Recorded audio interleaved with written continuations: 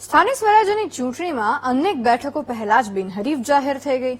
જો કે ક્યાંક બિનહરીફ થવા માટે છેલ્લી ઘડીએ ફોર્મ પરત ખેંચવાના, ઉમેદવારોને ગુમ કરી દેવાના હથકંડા પણ અપનાવાયા હતા, જેને લઈને હવે અમરેલીમાં કોંગ્રેસે અનોખો વિરોધ શરૂ કર્યો છે. શું છે આ વિરોધ પાછળનો ઉદ્દેશ્ય? આવો જાણીએ.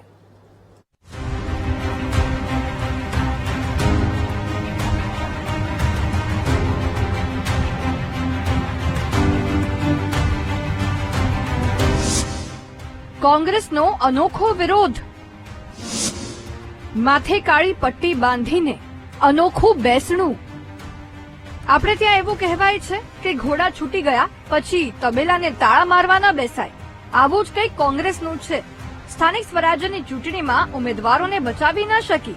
અનેક ઉમેદવારોએ ફોર્મ પાછા ખેંચી લીધા અને હવે મતદાનને આડે ગણતરીના દિવસો જ બાકી રહ્યા છે, ત્યારે અમરેલીમાં અનોખા બેસણાનું આયોજન કર્યું છે અને સત્તાધારી પક્ષ સામે પ્રહાર કરતા સવાલો ઉઠાવ્યા છે.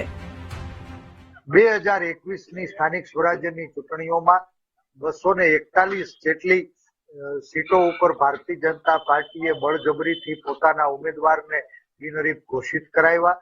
ગુજરાતે અને રૂખજાવ ન કીધું એનું પરિણામ આ 2026ની ચૂંટણીમાં યુપી અને બિહારને શરમાવે એ રીતે જીવરાજ કાકાના અમરેલીમાં ભારતીય જનતા પાર્ટીના કાળી બુકાનીઓ બાંધેલા 12-15 ગુંડાઓ પોલીસના પહેરામાં વિપક્ષના ઉમેદવારોના ફોર્મ ખેંચાવી લીધા.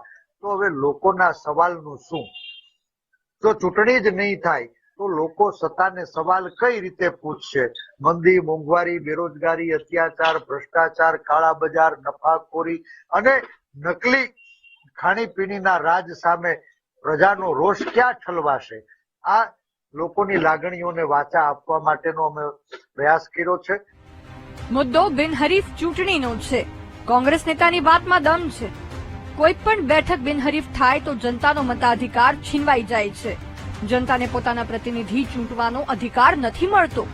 પરંતુ આ વિરોધ ઉમેદવારી ફોર્મ ખેંચાય તે પહેલા કરવાની જરૂર હતી. આ મુદ્દો વિધાનસભા સત્ર ચાલુ હતું ત્યારે ઉઠાવવાની જરૂર હતી. જો કે આ તો રાજનીતિ છે. અહીં ક્યારે કોનો મિજાજ બદલાઈ જાય તે કહેવું અશક્ય છે. ત્યારે કોંગ્રેસને આ વિરોધથી કોઈ ફાયદો થશે કે નહીં તે જોવું રહ્યું. દિલીપ જીરુકા.